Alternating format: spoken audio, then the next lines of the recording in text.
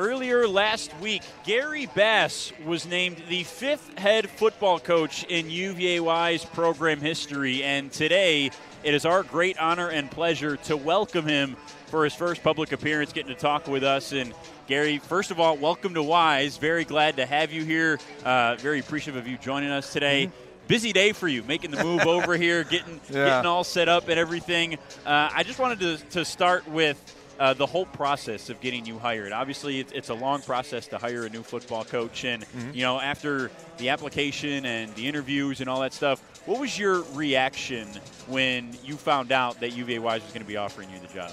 Well, I mean, I tell people all the time the dear Lord puts you in places where he wants you, when he wants you there for a specific amount of time. And I'd been in Quincy University for 12 years, 7 as the head football coach, and I loved my time there. But as soon as I got on this campus, whenever I interviewed, I just fell in love with it. So did my wife. I wanted her to come and see it as well. I mean, it helps. I'm also only from 2 hours away from Marion, North Carolina, near Asheville, and I'm very comfortable with this conference. Played at Catawba College, who's the enemy now. Yes. Everybody needs to know that. They are the enemy, absolute enemy. But, I mean, for me as a whole, I mean, I felt comfortable. I felt at home, and everyone here has been nothing but awesome to deal with. As soon as I took the job, it was one of those things where I had so many people reach out and just welcome me here. I've had so many people help with so many different things. I mean, our house in Quincy just went on the market today, and I wanted to come here for a few days before Christmas to spend time with some people and kind of get some inner working stuff down. But, I mean, as a whole, I mean, I couldn't be more happy about this opportunity. And I think Kendall Rainey and the chancellor and everybody else has just been absolutely amazing in accommodating everything that we could possibly ask for. And so, like you mentioned, being from Marion, North Carolina, playing at Catawba, I wanted to start there when we talk about your journey here to UVA Wise. You played at Catawba when it was in the South Atlantic Conference, but before UVA Wise was obviously only joining the conference in 2019. What kind of advantage does that pose for you now being a head coach, understanding the dynamic of this conference and some of the other teams here and having played in it, but now leading a program that's relatively young in its membership with this league? Well, I think two things. Number one, whenever I got to Catawba, I was lucky enough to be at a part of a program that went 47-15. We won 3 conference championships in the SAC, went to the playoffs numerous times, went all the way to the semifinals. I started for 3 years. And, I mean, it was a great opportunity, learning experience from David Bennett, who was there my freshman year, who ended up starting Coastal Carolina's program, to also Chip Hester, who now also is the enemy now that he's at Barton College. So, I mean, it's one of those things I think gives me an added advantage. I know the area. Very familiar with it. Had a lot of friends reach out that are also coaching in the Virginia area as well, because we had a ton of guys on the team from Virginia. So I think all in all, just the familiarity with everything from the coaches. I mean, the entire Mars Hill staff recruited me out of high school. So, I mean, all those guys reached out to me immediately, and I told them that they're the enemy as well. But, I mean, all in all, I've been very, very happy with just everything and everyone on that standpoint. And so you mentioned your family. You wanted your wife to come see the campus. You have 2 kids as well. I'm sure they're familiar with the territory of a football coach and the fact that you might have to move around a little bit. But how excited are they, and how excited are you for them to just kind of start this new chapter in a new place? Oh, I mean, you can see this in my timeline. I mean, I've been at Quincy for 12 years. I'm not a job hopper. That's not what I do. I want to build a program, not a good football team. And building a football program takes time, takes a lot of relationships. It takes a lot of sweat equity and takes a lot of time. So for me, it's about building this thing the right way, starting with culture and relationships in the community, our players and everybody else. Trying to call every single person on this football team individually. I didn't want to have a Zoom meeting because I didn't think that was personal enough. Trying to get through all of them, plus also hire people, get recruiting. When I go back to Quincy on Thursday, try to get figure out where we're going to live here, and then also pack up a house. I mean, just trying to get everybody to kind of stay patient with me. I'm trying to get it all done, but there are only 24 hours in the day, even though I'm trying to use every single second out of that 24 hours right now. And now's at least a good time to do it in the off season. You have a little bit more time. You talk about building a culture, and that takes time. Part of that is stuff that happens off the field. And I think one thing that stands out about your time at Quincy is the academics that your team had. You had a team-wide GPA above 3.0. The final 2 years you were there, the last 8 semesters, a very good academic program. And what are your plans to kind of help transition that here to UVA Wise? And how important is that to you as a head coach that you have guys who are not only successful on the field but in the classroom as well? Well, I think everything stems from culture. I mean, one of the biggest things we tell our guys all the time is how you do anything is how you do everything. You're coming to college to get an opportunity to get an education and play the sport you love. And if you're not eligible and you're not doing well in the classroom, it's two problems. You can't graduate, you can't play football, but you're also not going to be very successful in life if you're not very disciplined. So we spend a ton of time at culture development talking to these guys about family and making sure they understand that every decision and choice you make makes you as a human being. So getting those guys to understand how important every single choice they make in life and continuing to do it for one another is always huge. And continuing on building a culture and a program, like you already mentioned, is building a staff. Yes. I want to ask you about what your goal is. What do you want in a coaching staff for you, and particularly you being the offensive guy, obviously an offensive line coach before. You played on the O-line and handled a lot of the offense at Quincy. What are you looking for in a defensive coordinator? What's kind of what are the boxes you're looking to check when you hire someone for that position? Well, first and foremost, with every single coach that hires on my staff, the number one thing I'm looking for is someone that cares about them. We need to develop relationships with the young men within our football program to where they, when you talk about open door policy, I think some people say that but don't mean it. I mean it. I want our kids in there talking to us. If there's things going on in their life, like we want to know what's going on. So number one, it's got to be relationship based. Number two, it's got to be a great teacher. Coaching football is no different than teaching a subject. We've got to go out there and we've got to be able to teach at a super high level. And number three is keep it simple. I think too many coaches get too caught up with scheme. Yes, you got to do things in order to give yourself an opportunity and game plan and everything else. But these guys are in class. They're doing a lot of other things, and we got to make sure that we keep everything consistent and simple for those guys so they have the opportunity to be successful on a football field as well. Another question that I'm sure a lot of people are waiting to hear an answer about is the recruiting plan. And I think one thing that stands out to me as an advantage you have from North Carolina, played at Catawba, spent 12 seasons in Illinois, right along the Missouri border as well. Geographically, you've got a wide range. Now coming to Virginia, you're going to be able to recruit here. Just what's the recruiting plan and basis for you moving forward to build this program into what you want it to be? Well, first and foremost, we've got to recruit young men with character and integrity. I want guys that are going to come in and roll their sleeves up and get to work. I think too many times you see too many places that the only thing they value is the film that they watch and their athletic ability, which don't get me wrong, you've got to be talented, but we've got to look at their academics. We've got to look at the things they do often on the field and make sure that we're getting the total package, because we want young men that are going to come in here and represent this university, this athletic department, this community the way it needs to be represented. And I think a lot of times it's real easy to just look at talent alone and just try to recruit off that. Yes, talent's important, but if you don't have character and integrity, then you don't have anything.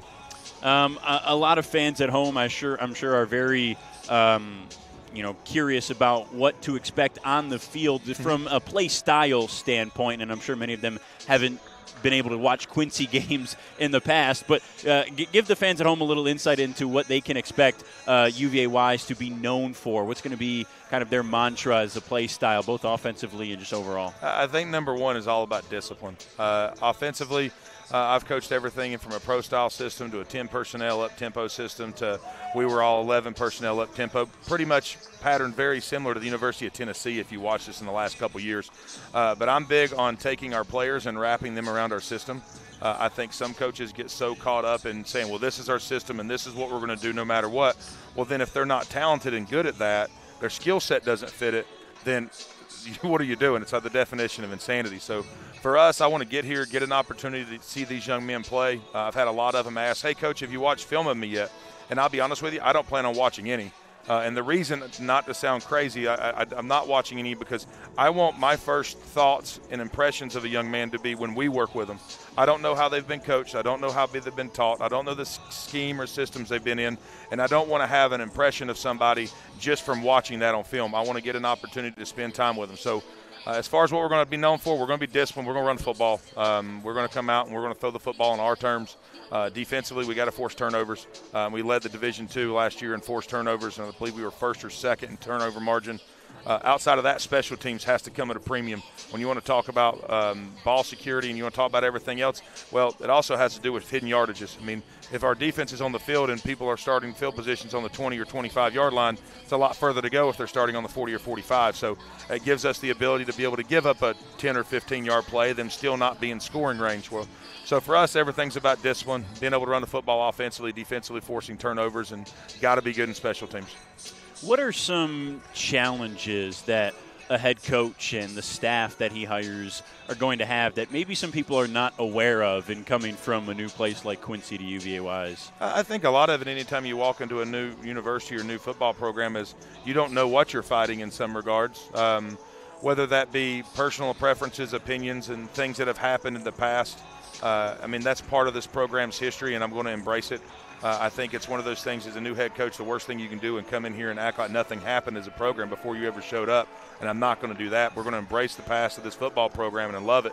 But I think one of the things we've got to do is get a handle on exactly what these guys are good at, what this community is looking for, and like relationships. We have to build relationships in the community with alumni, with everybody inside the university. They have to understand that we are here not just to win football games, but to do things the right way and holistically develop these young men's lives. And that right there is kind of what, you know, the athletic department was looking for when hiring this new coach and going through this process. Virginia football is obviously very near and dear to the hearts of everybody that lives in the state and everybody here in Wise County. UVA Wise is a big part of that. And the athletic department wanted someone who's going to naturally, as a football coach is, be a community leader, but someone who's going to be involved in the community and help further this community with connections with UVA Wise. I'm just wondering, what are your plans to, in that regard, to be involved in this community and kind of be a person that people can look up to? I think number one is be who you are and do it on purpose.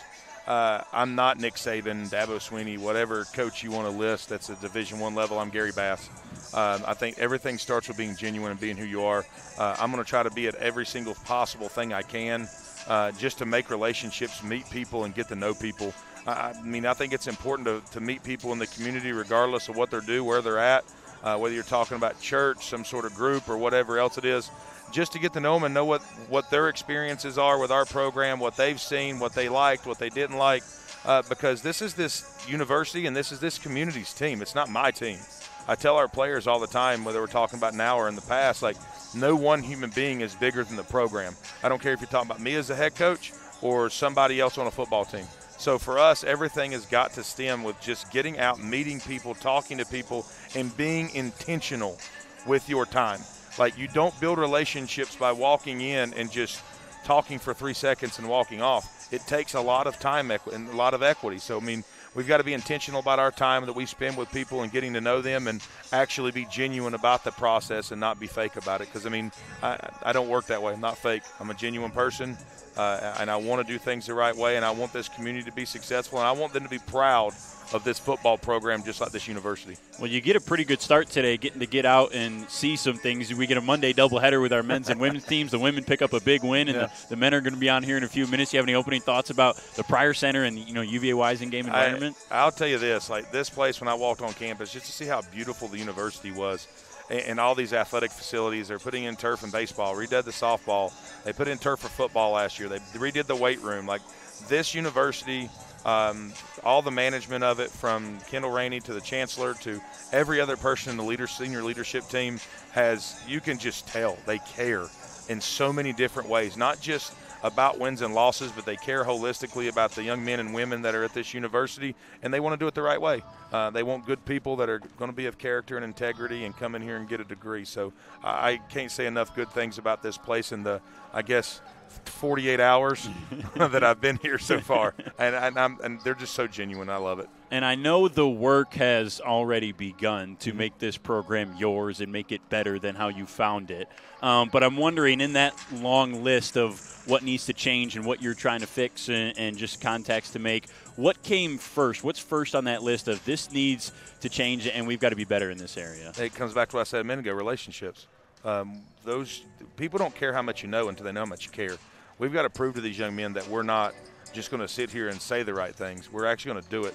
We're going to live it. We're going to be it. And I think it all starts with me. Like I said, I didn't want to do a Zoom interview, and there's still some kids I've still got to get a hold of with everything else going on. But I wanted to call into each one of them individually, and I'm still working on it. But just so they could have a chance to ask me questions and do different things, because it's important that they're comfortable. I know sometimes you get a new head coach come in, a lot of young men are sitting there going, oh my goodness, am I going to get cut? Is this, and this? And I've told every single one of them, whenever I accepted this position, they became my team. They became my family.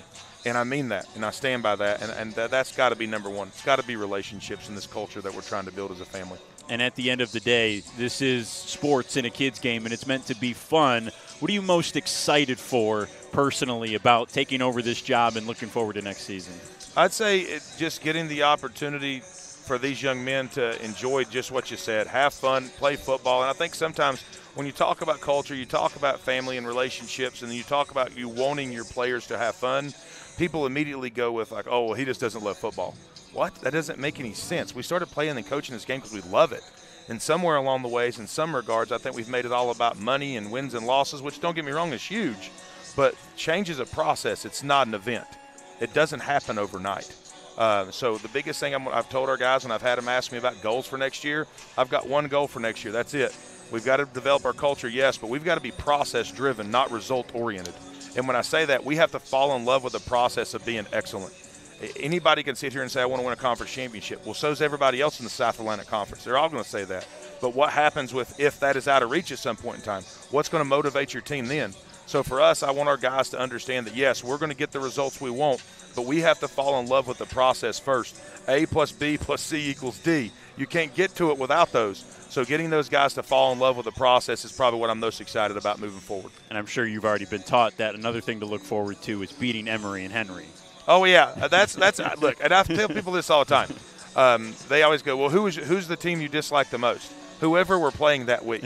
However, I've been told about Emory and Henry already, so that one's going to have a special place in a lot of regards from that standpoint. So I'm really excited about that game and that rivalry moving forward. Absolutely. Well, we're looking forward to it. We really appreciate you taking the time. We're very excited to have you here, and best of luck, and we'll talk to you very soon. All right, appreciate it. Thank you so much for having me. Thank you very much. Head coach Gary Bass, the 5th head coach in UVA Wise football program history. We'll be back with the men's basketball pregame show in a few moments right here on the Cavalier Sports Network.